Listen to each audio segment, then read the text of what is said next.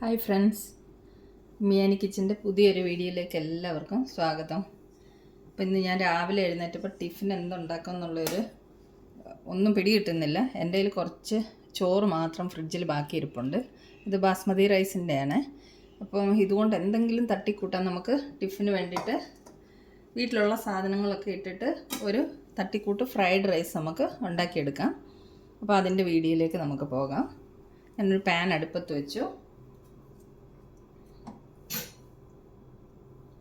അതിലേക്ക് കുറച്ച് ബട്ടർ ഇട്ട് കൊടുത്തിട്ടുണ്ട്. ബട്ടർ ഒന്ന് മെൽട്ടായിട്ട് വരട്ടെ.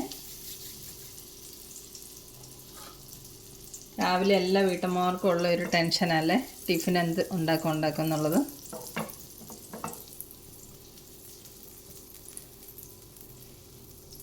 തലേദിവസം ഒന്നും ചെയ്ത് വെച്ചിട്ടില്ല, ഒന്നും പ്രിപ്പയർ ചെയ്ത് വെച്ചിട്ടില്ല ടിഫിന് വേണ്ടിയിട്ടുള്ളത്.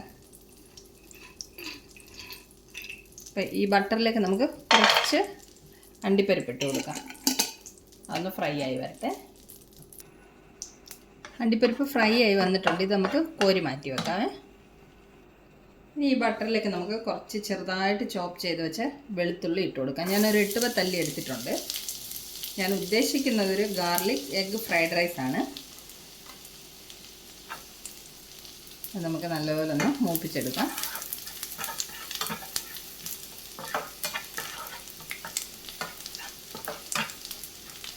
അധികം അങ്ങ് വഴറ്റിയെടുക്കണ്ട. ഇതിലേക്ക് നമുക്ക് ഒരു ചെറിയ സവാള ചോപ്പ് ചെയ്ത് വെച്ചിട്ടുണ്ട്, അതും കൂടി ചേർത്ത് കൊടുക്കാം.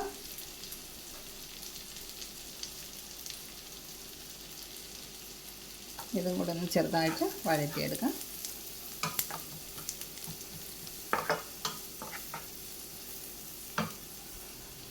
ഇതിലേക്ക് നമുക്ക് ഒരു 5-6 ബീൻസും 2 ചെറിയ പച്ചമുളകും ഉണ്ട്, അത് ചെറുതായിട്ട് അരിഞ്ഞതാണ്. അതും കൂടെ നമുക്ക് ഇതിലേക്ക് ചേർത്ത് കൊടുക്കാം.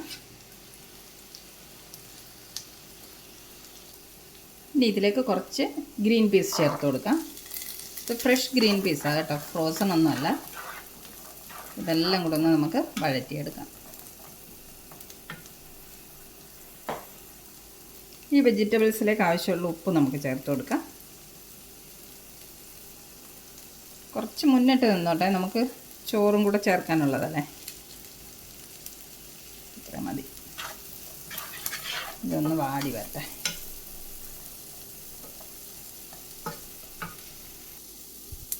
നമുക്കിതിലേക്ക് ക്യാരറ്റൊക്കെ ഉണ്ടെങ്കിൽ അരിഞ്ഞ് ചേർത്ത് കൊടുക്കാവുന്നതാണ്. എന്തെങ്കിലും ഇത്ര മാത്രം പച്ചക്കറികൾ ഇപ്പോൾ ഉള്ളതുകൊണ്ട് നമുക്ക് തട്ടിക്കൂട്ടിയിട്ട് ഫ്രൈഡ് റൈസ് ഉണ്ടാക്കാം. പക്ഷെ നമ്മളിങ്ങനെ തട്ടിക്കൂട്ടി എന്തെങ്കിലും ചെയ്യുമ്പോഴായിരിക്കും അതിന് ഭയങ്കര ടേസ്റ്റ്.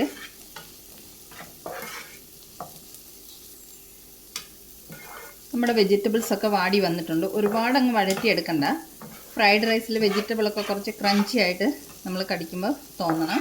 അപ്പോൾ ഇതും നമുക്ക് കോരി ഒരു പാത്രത്തിലേക്ക് മാറ്റിയെടുക്കാം. വെജിറ്റബിളൊക്കെ നമ്മളൊരു പാത്രത്തിലേക്ക് മാറ്റിയിട്ടുണ്ട്. ഇനി ഇതേ പാനിലേക്ക് തന്നെ നമുക്ക് കുറച്ച് ബട്ടർ ചേർത്ത് കൊടുക്കാം. ബട്ടർ മെൽട്ടായിട്ടുണ്ട്. ഇതിലേക്ക് നമുക്ക് 2 മുട്ടയാണിത്.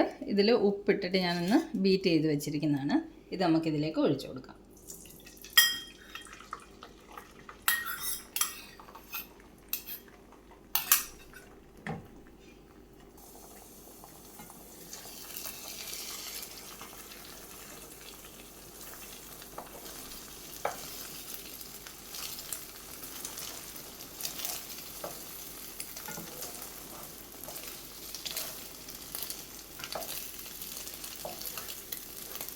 ഇതിനെ നമുക്കിതുപോലെ ചെറിയ പീസുകളാക്കിയിട്ടൊന്ന് കട്ട് ചെയ്ത് കൊടുക്കാം.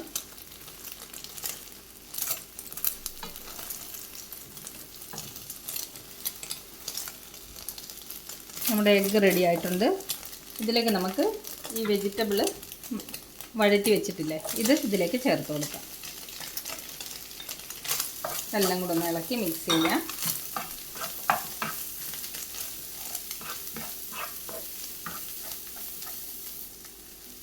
ഇതിലേക്ക് നമുക്ക് കുറച്ച് സോയാ സോസ് ഒഴിച്ച് കൊടുക്കാം. ഒരു സ്പൂണോളം ഒഴിച്ചിട്ടുണ്ട്. ഇളക്കി മിക്സ് ചെയ്ത് കൊടുക്കാം.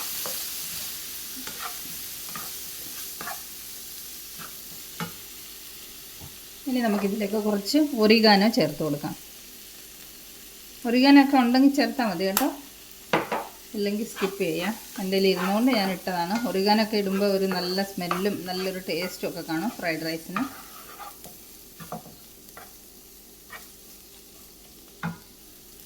ഇനി ഞാനിതിലേക്ക് കുറച്ച് കറിവേപ്പില പൊടിച്ചിടുന്നുണ്ട്. ഇത് ഞാൻ ഉണക്കി വെച്ചിരിക്കുന്നതാണ്.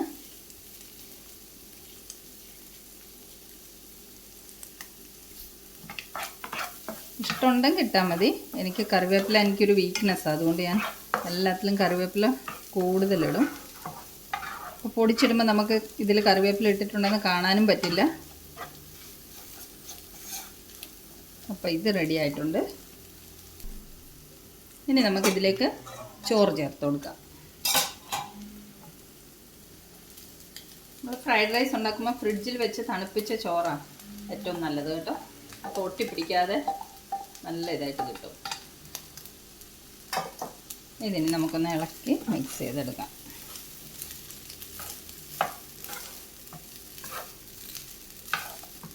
കൂടെ തന്നെ നമ്മൾ വറുത്ത് മാറ്റി വെച്ചിരിക്കുന്ന കശുവണ്ടി പരിപ്പും കൂടെ ചേർത്ത് കൊടുക്കാം.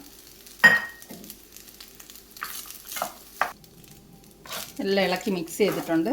ഈ സമയത്ത് ഉപ്പൊക്കെ ഒന്ന് നോക്കിയിട്ട് ഉപ്പ് കുറവാണെങ്കിൽ ഉപ്പൊക്കെ ചേർത്ത് കൊടുക്കണേ. ഉണ്ടോ നോക്കട്ടെ. ഉപ്പ് സ്വല്പം കുറവാണ്, നമുക്ക് കുറച്ചുപ്പും കൂടെ ചേർത്ത് കൊടുക്കാം.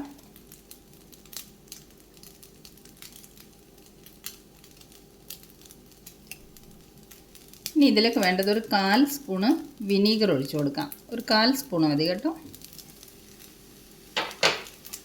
ഒരു ചെറിയ പുളിപ്പും ചോറിന് നല്ലൊരു ടേസ്റ്റൊക്കെ കാണും വിനീഗർ ഒഴിക്കുമ്പോൾ.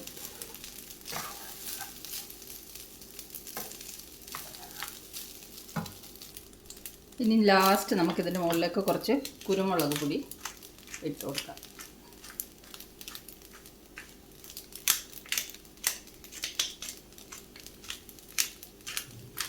അപ്പം നമ്മുടെ ഫ്രൈഡ് റൈസ് റെഡി ആയി കഴിഞ്ഞു. അപ്പോൾ ഇത് കണ്ടോ, നമ്മുടെ ഗാർലിക് എഗ് ഫ്രൈഡ് റൈസ് പെട്ടെന്ന് റെഡിയാക്കി എടുത്തില്ലേ. ഇനി സ്പ്രിംഗ് ഒനിയനൊക്കെ ഉണ്ടെങ്കിൽ ഇതിൻ്റെ മുകളിലോട്ട് ഇട്ട് കൊടുക്കാം. പക്ഷേ എൻ്റെ കയ്യിൽ വേറെ ഒരു വെജിറ്റബിൾസും അവൈലബിൾ അല്ല. നമ്മുടെ സിമ്പിളായിട്ടുള്ള ഫ്രൈഡ് റൈസിൻ്റെ റെസിപ്പി ഇഷ്ടമായെങ്കിൽ തയ്യാറാക്കി നോക്കണേ. അപ്പോൾ ഇന്നത്തെ ടിഫിൻ്റെ കാര്യം ഓക്കെ ആയി. നമുക്ക് ടിഫിനൊക്കെ പാക്ക് ചെയ്യാം.